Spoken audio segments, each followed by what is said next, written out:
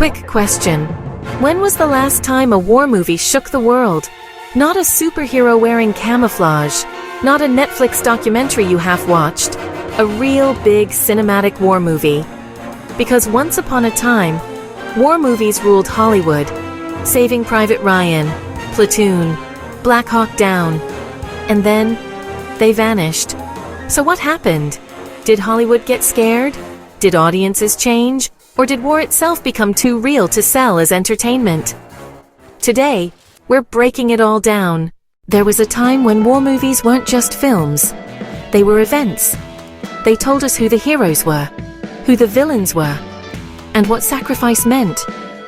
These films were loud, patriotic, clear. World War II movies especially. Why? Because World War II had something modern wars don't. A story with a beginning, middle, and end. There was a villain everyone agreed on. There was victory. There was closure. War movies weren't just entertainment. They were national myth-making, and audiences believed in them. Then came Vietnam, and later, Iraq, Afghanistan. Wars without endings. Wars without victory parades. Wars live-streamed in real time. No clean heroes. No triumphant finales. And suddenly, the old war movie formula felt dishonest. You can't sell glory when people are watching real soldiers come home broken. The myth cracked. And Hollywood noticed. War movies didn't disappear. They changed tone. The explosions got quieter. The speeches disappeared. The victories stopped. Modern war films focus on the aftermath. PTSD, moral injury, civilian casualties.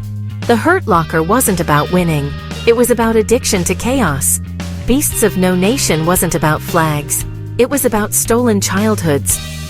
War became psychological, uncomfortable, unmarketable. Because trauma doesn't sell popcorn. The best war stories didn't go to theaters. They went to TV. Why? Because honestly, modern war can't be told in just 2 hours. It needs time, context, contradictions. Band of Brothers showed brotherhood and loss. Generation Kill showed boredom, confusion, and dark humor. Streaming platforms took the risks theaters wouldn't. No opening weekend pressure, no toy sales, just storytelling. War didn't die, it evolved. Here's the cold truth. War movies are expensive. Tanks, weapons, period accuracy, locations. And what do they sell? No action figures. No sequels. No cinematic universe. Compare that to superheroes. One costume. Infinite merch. Global appeal.